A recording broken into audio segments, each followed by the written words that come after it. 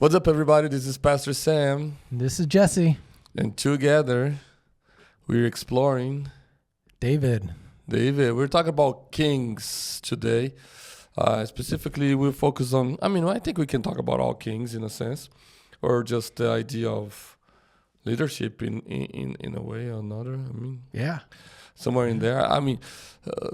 Let me start with this observation. I think, just a simple human way of looking at things. I think throughout history, across all culture, across systems and times, people have always wanted something, and that is a good leader. A good leader. They have always wanted someone to look up to, someone to follow, someone that will protect them when they're vulnerable, someone who, I don't know. Someone who make a decision for them when they don't want to. That's true. Someone, I was just thinking about this. Like, what are we looking when we're looking for a leader? Someone who makes decision, someone who is wise, someone who act in integrity, someone who's gonna care about what is good, what is right, about justice, someone who's gonna combat corruption. What else? What else? Can you think about something? Yeah, someone who's going to have your back, someone who who cares, right? These are all great attributes of really strong leaders that we've seen over time. That's funny because even in the way we're, the U.S. today, and in the world really, we want a leader who fix our broken problems. Isn't that how it is? For sure. Isn't that, in many cases. Yeah, and I think there's a pattern in history that I don't know. Maybe I'm getting too deep into here. Like, I don't know. There is this. I don't know where we're going here, but I was just thinking about it. There is this pattern in my mind about leadership. There's always someone who rises to power that gives you hope, that makes hope rises. And then it's a matter of time before that guy do what? They fail. Fails, They fail. They fall. And so, is that a program thing by God? Is that a human thing? What do you think that is? Probably a little bit of both, right? If God is the center, the likelihood decreases, but even still, we have examples of great leaders who trusted God, who believe in God, right?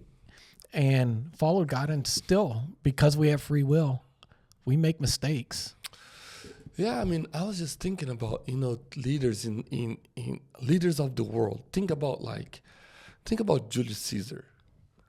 Probably I don't know about the first, but like in a modern world, like after Christ, probably the biggest leader, one of the biggest leader, right? Yeah.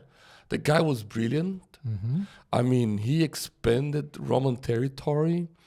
The system that he created, the political strategy that he had, it was amazing. Probably the most popular Roman emperor. But he declared himself a dictator of life. That's right. He manipulated the Senate, the Roman Senate, undermined the people, and boom, was assassinated because power without restraint leads to fear, and then fear leads to rebellion. That's the problem. That's exactly right. Well, think about Napoleon. I just think about right? History. I'm just thinking I don't even know all the leaders out there, but I was thinking think about Napoleon Bonaparte. Yeah. A fantastic leader in a sense. But unchecked ambition can destroy a person. That's right.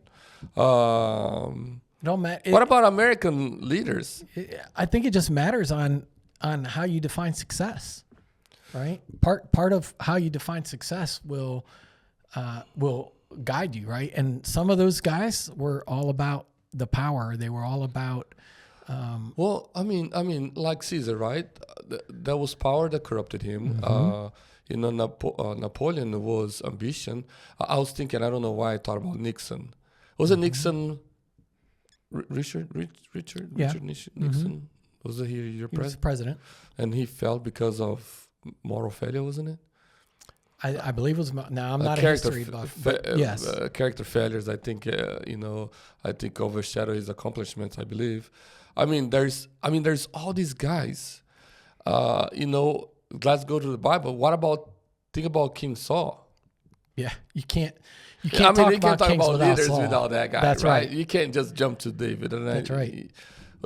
What about him? The first king of Israel. The first king of Israel. Why? Because Israel requested it. They wanted it, right? They wanted it from God, and God said, "All right, I'll give you what you asked for, but you don't know what you're really asking for." And what was, in your opinion, what was Israel wanting? Well, what they were wanting was what they failed to see, and that's what they already had in God. Mm-hmm. It's what they failed to see, but God recognizes it. As a matter of fact, Samuel was really upset. Sure. Right? Samuel took it personal, but God said, "Hey, it's okay. Give them what they want. They want a king. I'm gonna give them a king." Well, let's talk about that for a second. Yeah. We are parent, and we know we shouldn't give the kid everything they want. Why would a good God give people what he knows is bad, but is what they want? Well, talk to me about that. Do you have a thought on that at all? He does it because in the end, it displays his majesty. It displays what he is to Israel and is intended to be. And they have no idea how good it is that they have it, even through all of the miracles that they've seen, even through all of the grace that God has shown them, through all of the sin, all of the wanting to turn back to Egypt. Mm-hmm. They continue to ask because they are not thinking about God in that manner. They're looking at all the other kings in all of the other kingdoms and saying, they all have them. Why don't we? Why don't we? Yeah. Why don't we? And that comparison game is a problem, isn't it? It's a problem for humanity in general. And I think that's a problem we all kind of, I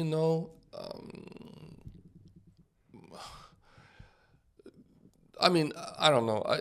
It's something that we all kind of go through. But I was still caught up on this idea of a kid asking for things that they're not supposed to get, but they get it anyways. I think we all have given our kids something that we know will be bad for them in a sense, but not harmful.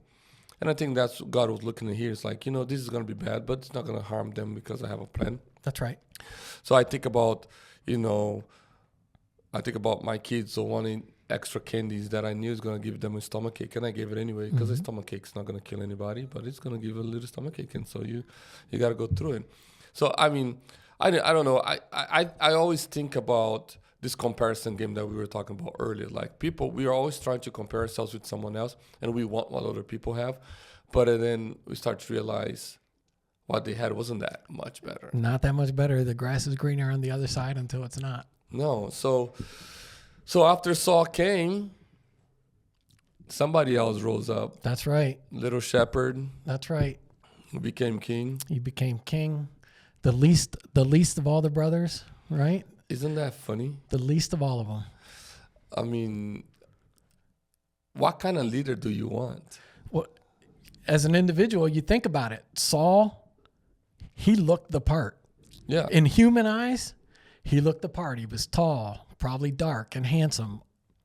I'm not going to say that's Pastor Sam. I'm just saying, that's what he's thinking, right? That's what he's thinking, right? There's the tall, dark, and handsome, and then there's the little short shepherd, right? It. Keep going. Then there's a little short shepherd over here on the other side of the table, right? It's all about, right? God recognizes what he wants. David had other brothers that were part of the military that looked the part too, but they weren't the chosen ones.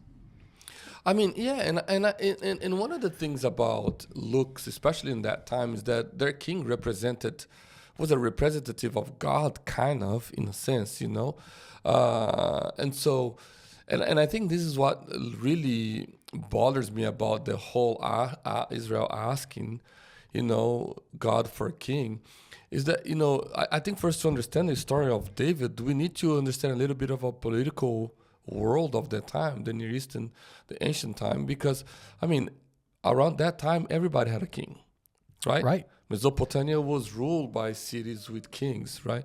The Hittite, the Assyrians, all those peoples, and kings served in different roles. Like they were leaders that led people military. They were the ones who were deciding what was good and wrong from people. So they were judging. Go back to Moses, that idea of people, the king would decide who won in a specific case, which we see in Solomon later on. And so it was the one who protected the nation. The nation was identity came from the king. So a strong king meant a strong nation. A weak king meant a weak nation. A corrupted king, a corrupted nation, so on and so forth. So, and in a sense, it represented God too. Yeah. Right? The king it was like a representative of God itself, which you see that in the Middle Ages, especially the church later on. But for Israel, that was unique. They already had all of that. You said earlier. That's right. They had it. They had it all, and it's really interesting because the whole story of Saul, when you look at how he appeared to the people, in many instances, he appeared to the people as though he was with God. Yeah. He appeared as though he was. We know that he wasn't. No, yeah, you're correct. But that outward appearance showed the people he had them duped, right? Well, I would say in the beginning, when Samuel, set him, I think he may have fear of God then. You don't think so? Yeah, you don't think it? I think he had a fear of everything. I mean, he was hidden in luggage. He definitely had fear, but he wasn't in relationship with God. He didn't have, he was not a truly godly man. I don't believe. I think he said the right things to the people and made it appear that way, but his heart wasn't there. Yeah, that's interesting you say that. I mean, why would God choose him then? Was it God who chose him, or was the people who chose him? The people asked. I think God chose. Okay. Right? Mm-hmm. The people asked. I think God chose. And let's remember also where he came from, right? He comes from the tribe of Benjamin, right? Benjamin, yeah. Which was, in that time, considered the least of the tribes. Yes. Yeah. Right? So you have the least of the tribes with someone that's coming up to represent God himself and represent lead God's people. Yeah. Right. It was they were I don't want to say a fallen people, but they did some pretty bad things. Yeah. I mean, and how he fails is pretty sad, right? Yeah. And so let's go end in his career here, Saul's career, so we can go to this little shepherd boy who became king a little bit later on. But yeah. I mean, the way that Saul fell from grace was pretty sad. Yeah.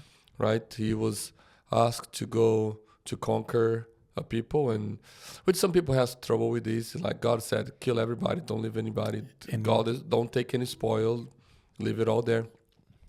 Which for me is a way of, I usually make a metaphor kind of that passage, meaning like when there's evil in the land, when there's evil in your life, when there's evil around, you're supposed to put it down and don't pick up anything of it, even if you think the part of evil that is, this could be good. Right. It's evil, but there's a good part to it. Like, even if there's some good part to it, let it go, let it be. Don't be messing with anything that is evil. But he didn't. Right. And he disobeyed, like he blatantly disobeys very clear instruction at times. Right? Yeah, like not just once. No, over time. Mm-hmm. And when Israel asks for him, they're asking for things like you talked about: protection, justice, stability, someone to fight their battles, a king that's gonna just go out and protect. And he was a guy of war, and he was really effective in a lot of cases. I mean, when it comes to winning a war, right? I mean, he was pretty effective. He was really effective. So, but what they were looking for was someone to help them carry what they couldn't carry themselves. Sure. And they failed to recognize that they already had that. Which for me, so you know what happens when you ask for a leader, you reject community. That's what I think we were doing. Like I think there's power in community. That's one of the things that I often, as a leader, try to point to is community. Because when when the leader is the sun by which everybody else involved around, then you lose the power of community. When the community is at the center and the leader serves the community, I think that's where power is in my opinion, right? So when you need someone to protect, when you have one guy dictating what it is, well, then you lose the power of all the men in the community because now they're serving one specific voice. That's right. And I think for me, the contrast of leadership is community. The more powerful the community is, the more the community is highlighted. That's the more effective you're going to be. That's teamwork on a ball field. That's teamwork in the workplace. The better your people are around you as a leader, the better you're going to be. That's exactly what That's it is. Yeah. But then when you start accumulating all the power or absorbing all the power or centralizing all the power in one individual, I think that's when you start losing. And that's what happened with Israel. They start losing because a king started failing them, which led to another king being chosen, right? Because you start on that path, might as well go down to it. But in a sense, it's leading to the idea of, well, maybe we shouldn't go quite there yet. Okay, we'll go later. But he ruled out of fear and pride. Sure. He ruled out of fear and pride. And when that kind of weight is put on one individual, you crack. Yeah. You crack. And many churches, and let's make it personal here, and I think that's one of the things that we try to do here at DCC, and you know this, there's power in the community leading instead of just a pastor leading. When a pastor is put on a pedestal and he starts calling the shots and staff and the elders and the rest of the congregation has no voice over, then it's centralized. But then when that pastor fell, the whole church goes down the drain. That's right. Or people start questioning the church, questioning the God, questioning community, questioning everything. How many pastors in the last, in the last month, if you pay attention to Christian news, pastors falling left and right. Big pastor from a church in Cincinnati, big church, just got released from his duties and, because of different things. So, if the community was at the center of it, not the pastor, I think the pastor would come and go and the community would remain. That's exactly how it should be, right? If you've trained your people up, regardless of where they work, whether it's ministry, in the workplace, it doesn't matter. Anywhere. On a soccer field, that's for me coaching soccer or helping coach. No team succeeds with just one person. No. If everybody doesn't do their part, or if everybody doesn't pick up when one of the team members is having a down day, a leader is nothing without the people. That's and I think that's what I'm so confused sometimes with our leadership model around the world, which differ from Christian models of leadership.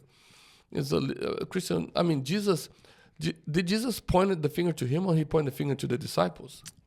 All of them, right? Yeah, they're like, hey, you guys are going to be the one going to. You guys are the one carrying. You here, I'm giving you guys the authority to go heal people, to rebuke demons, to carry the gospel, to love on people, to serve on people. It was you people, not me. That's right. And you think about Jesus. It was a model for sure. It was I came to serve, but in his ministry, when you think about the length of his ministry, truly about 3 years, right? 18 months of that, roughly, was in training the disciples. That's exactly it. Right? That it was about them. Because he knew what role he had. He knew what part he had to play. But playing that part ends up almost no good if those guys are not prepared. And you started with 12 simple, ordinary guys, right? Who have now continued to change the world. Yeah. And I think it goes back to the power, goes back to the community. And I think that's where the church rose from. There was a king, Jesus, right? But the king focused on the people and empowered the people and enabled the people to continue not not, he wasn't the center. Well, he was the center of the mission, but he wasn't the mission itself. Yeah. You know what I'm saying? The mission is the gospel being spread out to people around the world. That's right. And the disciples understood that, and we understand that, and that's where the church came from. And the power of the church is in its community. Yeah. And even with the disciples, it didn't just happen overnight because they just started following him, right?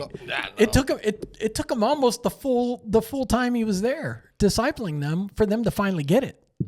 It almost took the entire time. You are correct, and so if you go back to David here, I mean, David was the beginning of that line by which Jesus came from. That's right.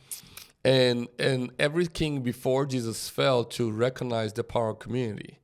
But let's talk about David for a second here. Well, yeah. I mean, this is fascinating, right? Because God, he doesn't go looking for a bigger warrior or a better politician or the things that we would say, oh, this guy fits the bill, right? Yeah. That's not what he does. No. He goes out to a pasture, right?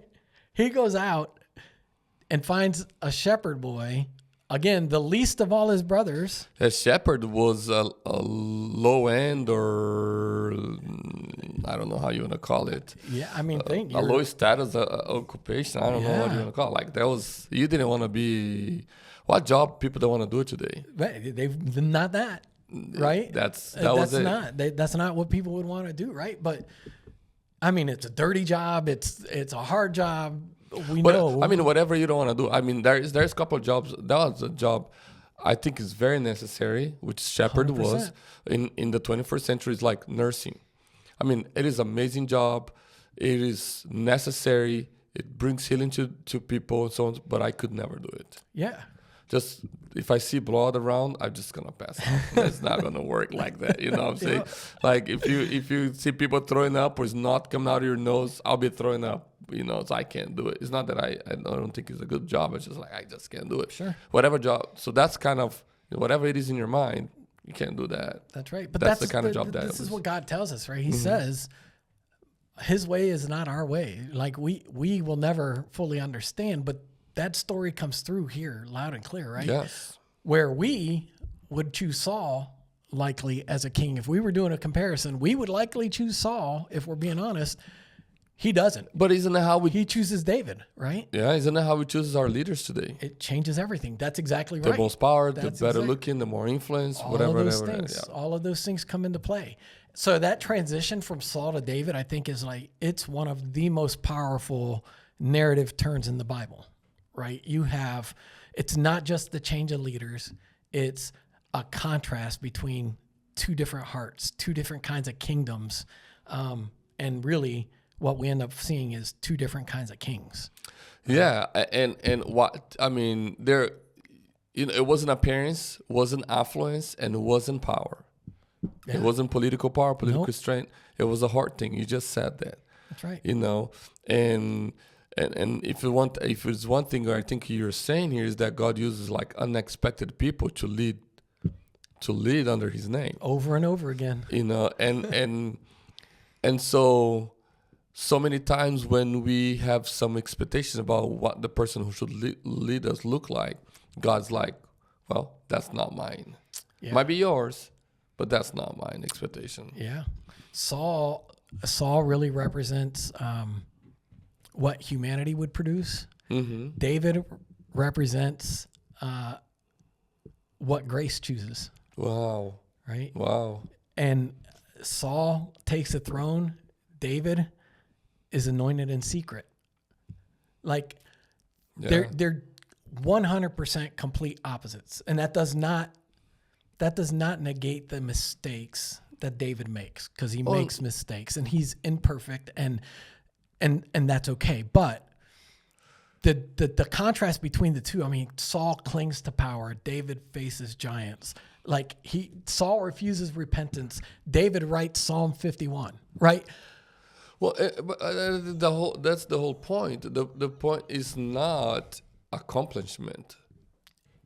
The point is humility before God. And even the point's not perfection. That's right. The point is dependency, and you can be dependent on God and sin, Sure. but you still gotta be. And I think that's what David demonstrated, right? Right. And I think it starts with the biggest story of the Old Testament in my mind. Well, one of the not biggest, but let's say one of the most famous stories of the Old Testament is David and Goliath. There isn't a person on planet Earth who, well, I shouldn't say it that way, but there wasn't a person on planet Earth who had never heard David and Goliath story. I mean, Even if you simplify it, no one, there isn't a person who doesn't understand the story of an underdog. you are correct. That's what David is. David is an underdog. And I don't know about you, but I love underdog. I was do just too. watching basketball last night. It was Arizona versus, was it Kentucky? I don't know. I was watching. Dang, how can we forget? And the Arizona team beat the team, dude. Like, they were unranked and beat the ranked team. It was like, I was cheering for them. It was amazing. Yeah. Like, it was like you're just cheering. Then then the whole fans go onto the Everybody's court. jumping on. Yeah. I mean, everybody likes the underdog. Everybody Why? likes an Why? underdog story, right? Why? Why not? Like, I still can't even watch the movie Rudy without crying. Oh, like, well, I that's- mean, yeah. but he's an underdog too, right? It's just you root for that person, except when it may be time to make a decision that could impact you. Then That's right. Then you don't potentially choose that person or root for that person. And it's just David's chosen, but he's impressive, but not in man's eyes. He's impressive in God's eyes. Yeah. And that's the biggest difference, right? David prepares us to hope, and he prepares us for Jesus who fulfills that hope. Well, I like that. And when you talk about hope, I can't. My mind goes to this idea that, I don't know if you know this, but archaeologically they have found that the Philistines were very advanced in technology.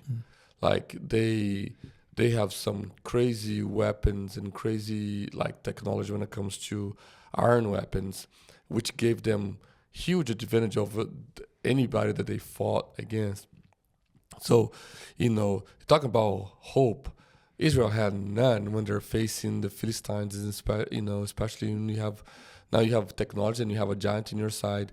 And I mean, hope was not there. Yeah. But hope doesn't rise by how much technology you have or how much resources you have.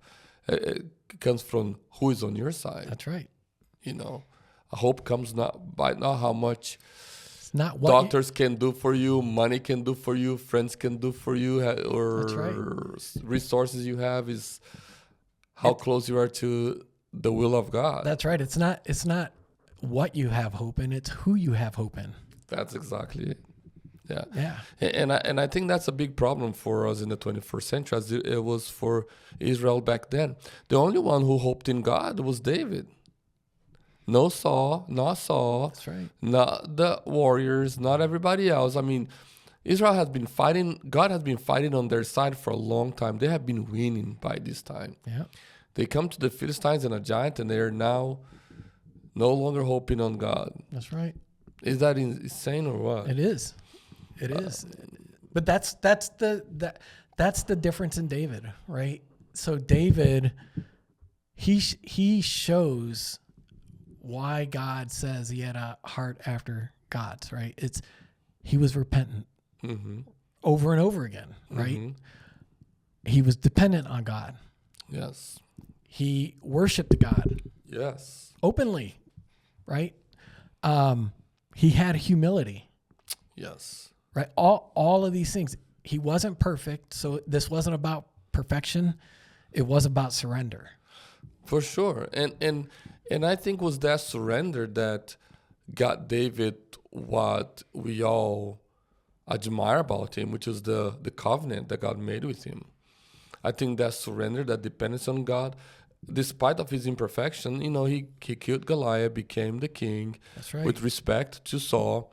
He never he trusts the process. Something that we have talked before. He trusts the process. And then what God was doing, and he waited on God, and he came into power. He didn't took things on his own hand. He didn't go killing, Saul. He didn't go manipulating people. He just ran away and waited on God. And he had every opportunity. Right? He did. He had every opportunity, and he ran. He ran a lot. He was on the run a lot. Oh yeah. He was on the run a lot. And then when he became king, he was a good king until he started looking from the rooftop. That's right.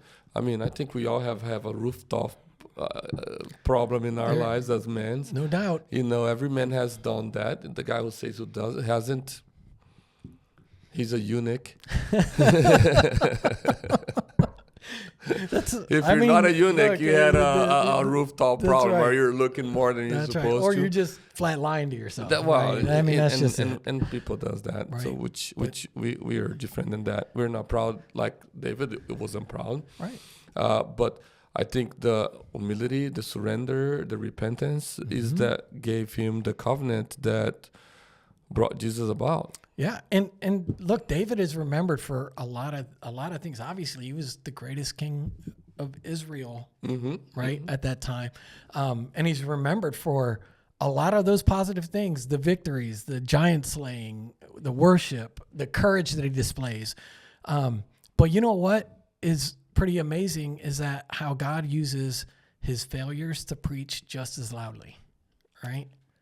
He uses his failures to preach just as loudly, and that's the story. Bathsheba, we talked about, the betrayal of Uriah. It's a sobering moment, right? It's insane, How his family unveils in violence and grief, right? Like all of the pain from his human decisions and the mistakes that he makes, right? David's decisions fracture lives. They do.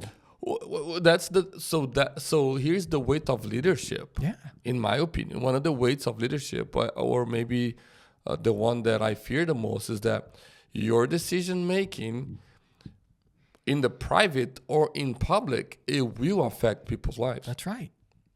And I am scared to death of that aspect of things. Right? As leaders, we are held to a higher standard. We have a greater sense of accountability. We should, because right, because we're not solely making decisions for ourselves. We are doing things with impact to other people. Yeah, but here's what I want to do here. A lot of people think leaders, they're talking about president or CEOs or pastors. Well, what about the dad who's supposed to be the leader of the home? It's a biblical thing. We live in a very complex world where people are trying to redefine the role of husbands and wives, the role of people.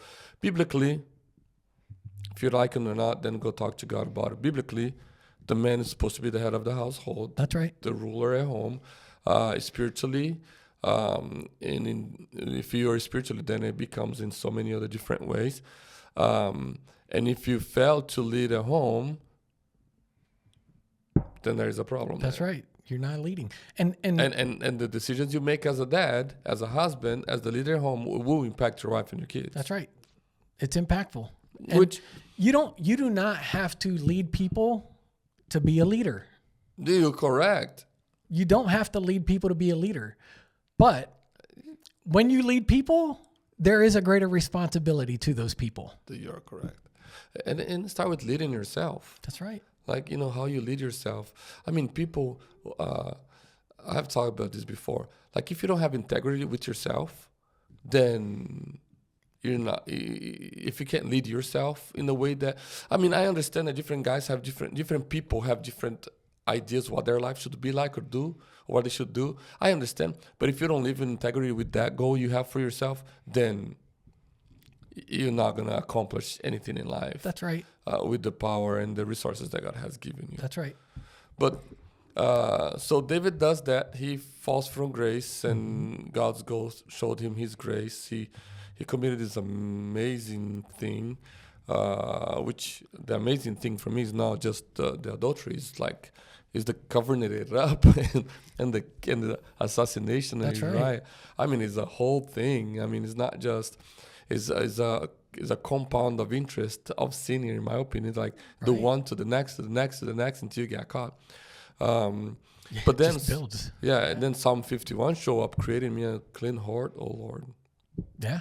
And I think for me that summarizes everything. That's just it. It's the repentance. He recognizes it, right? But if here's the thing, if David was the greatest king, right? And if he could mess it up, right? It's really clear that no human king is ever going to be enough. You are correct. Right? And it leaves them, the Israelites, but also us, sitting in this uncomfortable tension, right? Asking the question like, if this is the best we've got, then who can actually save us? Yeah. Right? Enter Jesus, right? And I think that's where Jesus comes That's in, it, right? right? Where David fell. That's the promise of Jesus. Yeah. Where David fell, Jesus succeeded. Which is funny for me because, like, if you think about Israel, we talked about this before. Israel was in the wilderness, and then they fell. Jesus went to the wilderness, and you don't see like a temptation of Jesus on sexual immorality, for example, you know.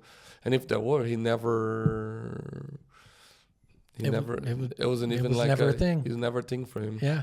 Which I think that's amazing, that he was able to overcome any temptation of that source without even being something that was highlighted by the disciples or by the authors. Which that's one of the things I love about the Bible is that it speaks where it needs to speak. Yeah. And even if it is in silence, it speaks where it needs to speak. That's right. But imagine being that mission focused, right? If we were that mission focused all the time, we wouldn't be distracted by all these hot ladies. All of these, anything, anything, any of it wouldn't be a distraction, right? Yeah, but he was fully mission minded. No, and I think that there lies the lesson for us, Jesse. I made a joke here, but a lot of things distract us. Money distract us, power distract us, things distract us, right? We're so pursuing. We have a mission that God has given us, a purpose that God has given us, and we avoid that. We forfeit that purpose because we are pursuing bigger houses, nicest car. I mean, more money. Is that wrong? I don't think it's wrong to have all that. And I think, we talked about here when Carter was here, I believe. He said, God wants us to have good and nice things. That is true. Yeah. That is true. But when it becomes our solo goal, our only pursuit, then that's a problem. That's an idol. That becomes our God. Yeah. Right? Yeah. You got to have the bigger house. Why? Just because it makes me look better, right? Make me Exactly. Cooler. And so then it becomes, and I think that's why that's the thing. I think for me is for leaders though. Leaders become leaders and rise in affluence so they can have more and better stuff. That's the problem. They forget the mission. They forget what they were put there, and I think that's one of the biggest prayer for me is that I will never lose sight of why I'm here for. The whole point. Work so hard to get to where you got. Right? It's not not for all those things. Not to get more stuff. No, it's not for all those things. It is to continue to uplift the name of Jesus high, because I think that's the whole purpose that I've been put here on earth, and it's not for my own gain, but for the gain of the kingdom. And I think that's not different from any one of us. Yeah, it really isn't. It isn't. And the story and the contrast between how David led and how Saul led. Even before that, when you're in Judges and Israel didn't have a king, right? Everybody just kind of did what they did. It was almost like organized chaos in a sense, right? No king nor authority, just chaos. But there's a need for someone to lead, right? There's a need for someone to lead. And then these kings arrive, and then you get someone like a Saul, right? So you go through these, what I call 4 stages, right? You go from no king, which is the equivalent of disorder. Then you go from a bad king to oppression, right? Then you go to a good king, which is temporary peace, right? Things get better under David. But even still, nothing lasts until Jesus, right? Yeah. That's where it all points to. And not just as a teacher or a prophet, right? As a son of David, as King of Kings, it's the one kingdom that never ends, Yeah. right? We should have stopped there. I think we should have stopped there. But I want to maybe spend a couple of minutes here on something, because we have talked about leadership a lot. We have talked about kings a lot. And usually when we are talking about leadership, we are only focused on male roles, right? That's and I have a problem with that, and especially in the church, because women can clean the bathroom, cook the food, but cannot lead, especially in the church, right? And I think that's a disservice to what God has been doing and is doing, have done in the life of the church and of humanity. I don't want to. How many women has led well? Mm-hmm. So maybe you're a lady who listening to this, and we're, maybe felt like a little bit male focus here, and I want to bring that back a little bit to understand, like, you also were called to lead. You have to lead, and there is different areas that women should lead, even at home. When I talk about guys, he's supposed to be a spiritual leader of the home, but we all know their spiritual leader of the home recognizes the parts that he's weak and that his wife is strong and should bring her up to the place of leadership in the area, right? That's right. So we need to be able to really think about that kind of stuff. Women, how many women leads relationally in communication, right? With apathy. Women agree. You talk about servant leadership, which Jesus himself resemble, humility, empowering others. That's women are powerful in doing that. I think about emotional intelligence. Women are amazing when it comes to data, self-awareness, empathy, conflict management. They have a lot there, like collaboration. Have you seen a group of women working together? Yeah. The collaboration that comes up. Guys are all fend for themselves, and they're fighting too much ego or ego, whatever the word is. Yeah. Women out there, serving one another and helping everybody else around them. So, no, that's right. And just for the record, ego is a waffle. So, is that ego is good, ego is a waffle. But the Bible has great examples of women that were used, and leadership is not a gender. It isn't. Oh, good job. It's not a gender. It's not a gender. Leadership, in many ways, is a calling, right? Yeah. And it doesn't matter.